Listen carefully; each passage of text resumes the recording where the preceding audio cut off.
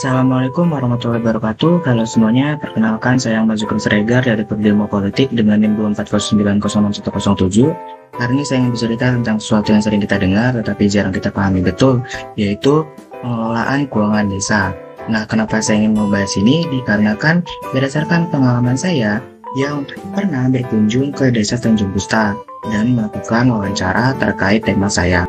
Di desa ini, saya belajar langsung bagaimana keuangan desa dikelola.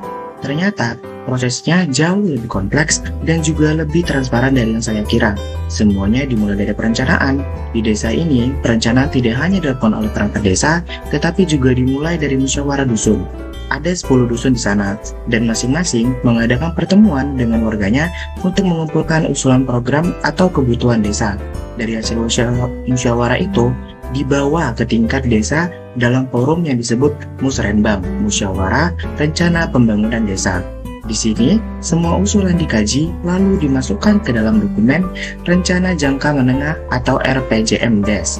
Ini adalah panduan pembangunan desa untuk 6 tahun ke depan.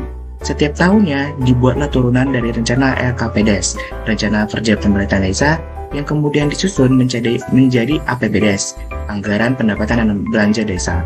Nah, disinilah semua rencana dikalkulasikan, berapa biayanya, dari mana dananya, dan kapan pelaksanaannya. Nah, yang menarik, proses ini bukan hanya rapi, tetapi juga transparan. Di desa ini, informasi soal program dan juga anggaran dipampang langsung di depan kantor desa dalam bentuk banner. Masyarakat bisa langsung tahu tahun ini desa akan membangun jalan, memperbaiki saluran air, atau mengadakan pelatihan keterampilan. Tidak hanya itu, desa ini juga aktif memanfaatkan media sosial seperti Facebook, TikTok, dan Instagram. Semua dimanfaatkan untuk memberitahu warga kegiatan apa yang sedang berjalan, apa hasilnya, dan berapa besar anggarannya.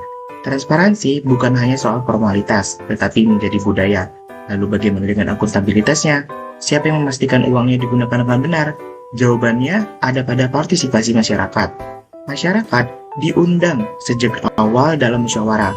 Perwakilan dari tokoh masyarakat, agama, pemuda seperti Karang Taruna, hingga lembaga desa ikut dilibatkan. Bahkan dalam pelaksanaan kegiatan, warga juga dilibatkan langsung. Misalnya, ketika ada pembangunan jalan di dusun tertentu, warga di dusun itu diajak bekerja.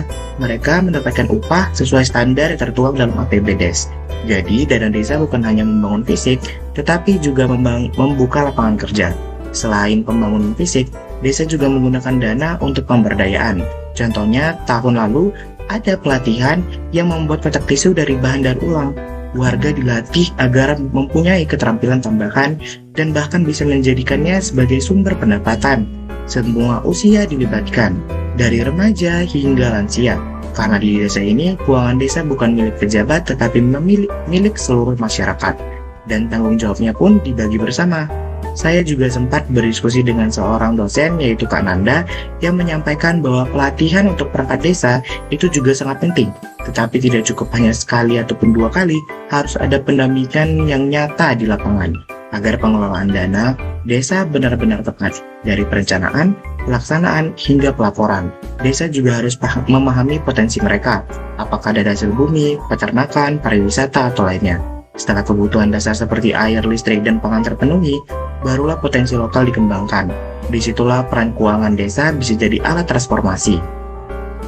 Dari desa Tanjung Gusta, saya belajar bahwa pengelolaan keuangan desa yang transparan dan akuntabel bukan sekedar harapan, tetapi kenyataan yang bisa diwujudkan jika semua pihak terlibat dan saling percaya. Masyarakat dilibatkan, program dirancang sesuai kebutuhan, laporan terbuka untuk siapa saja.